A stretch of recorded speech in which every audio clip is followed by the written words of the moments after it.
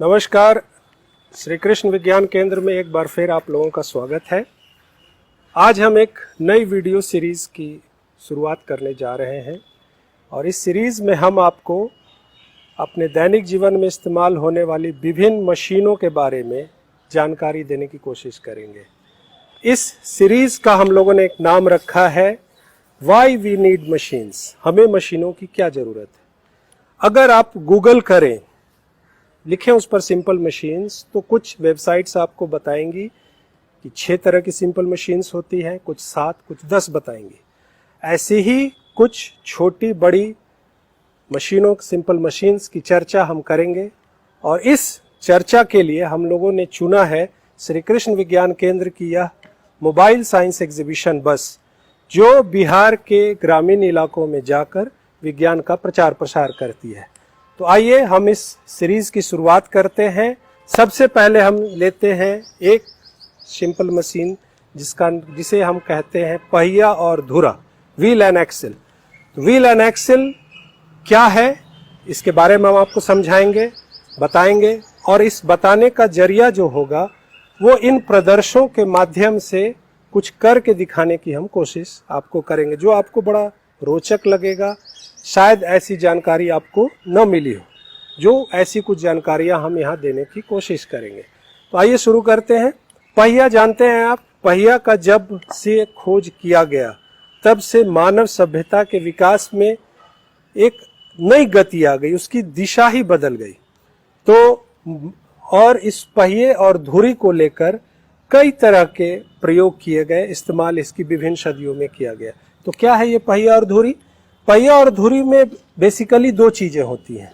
एक बड़ा डिस्क जिसे हम पहिया कहते हैं और इसके साथ एक लंबी धुरा जो अपने केंद्र से आपस में जुड़े होते हैं।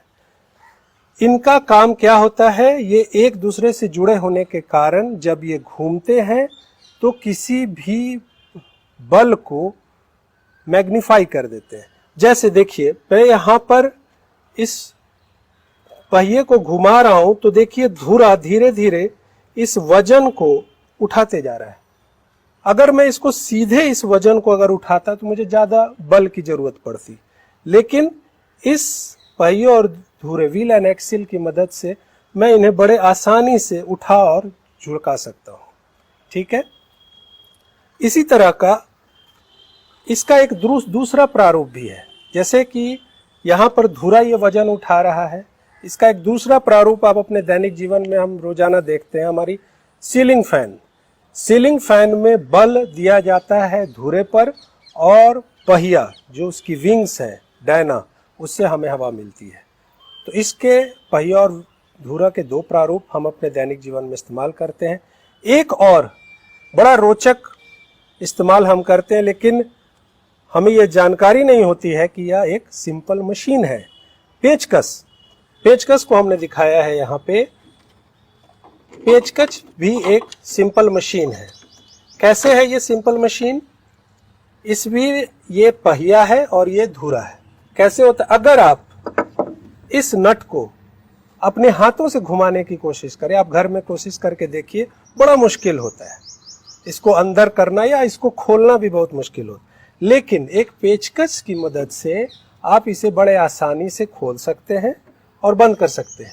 तो यह एक पेचकस जो है वो एक सिंपल मशीन है। ठीक है। इसी तरह का एक और उपयोग जो हम अपने दैनिक जीवन में करते हैं वो है पाना। पाना, जैसे ये देखिए, इसको हम लोग इंग्लिश में स्पैनर कहते हैं। ये पहिया है और नट के ऊपर लगा हुआ ये भाग उसका धुरा है। तो पाना की मदद से भी हम इन चीजों को बड़े आसानी से घुमा सकते हैं, खोल और बंद कर सकते हैं। तो यहाँ हम लोगों ने एक छोटी सी कार्य गतिविधि के द्वारा व्हील एंड एक्सल के कॉन्सेप्ट को समझने का प्रयास किया। अभी हम लोगों ने व्हील एंड एक्सल के बारे में समझा। अगली बार जब आप कभी पेचकस या पाना का उपयोग करें तो ये जरूर याद कीजिएगा कि यह एक प्रकार का सिंपल मशीन है। आगे बढ़ते हैं। अब एक और हम सिंपल मशीन की बात करें जिसे हम दैनिक जीवन में इस्तेमाल करते हैं, वो है चरखी प्रणाली, पुली सिस्टम।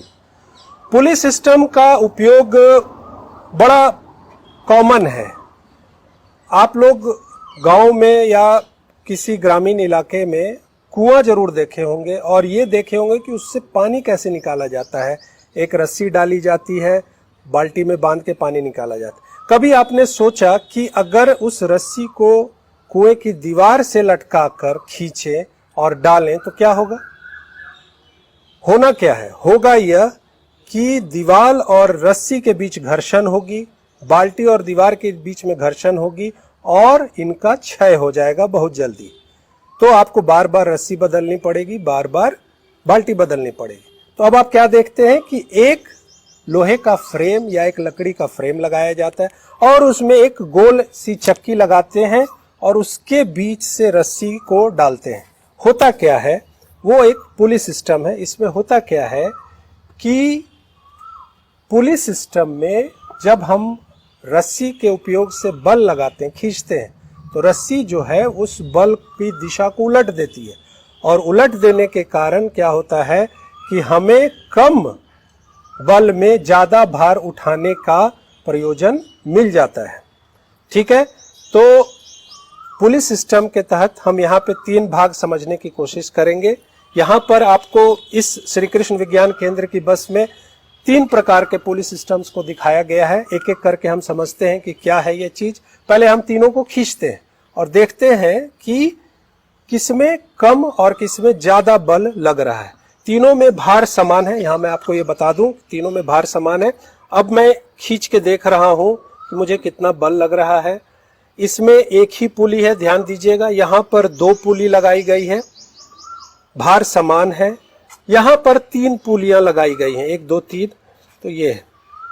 मैं क्या महसूस कर रहा हूं कि यहाँ पर मुझे ज्यादा बल लगाना पड़ रहा है। क्या हो रहा है कि जितना बल मैं यहाँ लगा रहा हूं उतना ही जितना मैं प्रयास कर रहा हूं उतना ही यह भार को उठाने में मदद कर रहा है। यानी यहाँ दोनों चीजें बराबर है।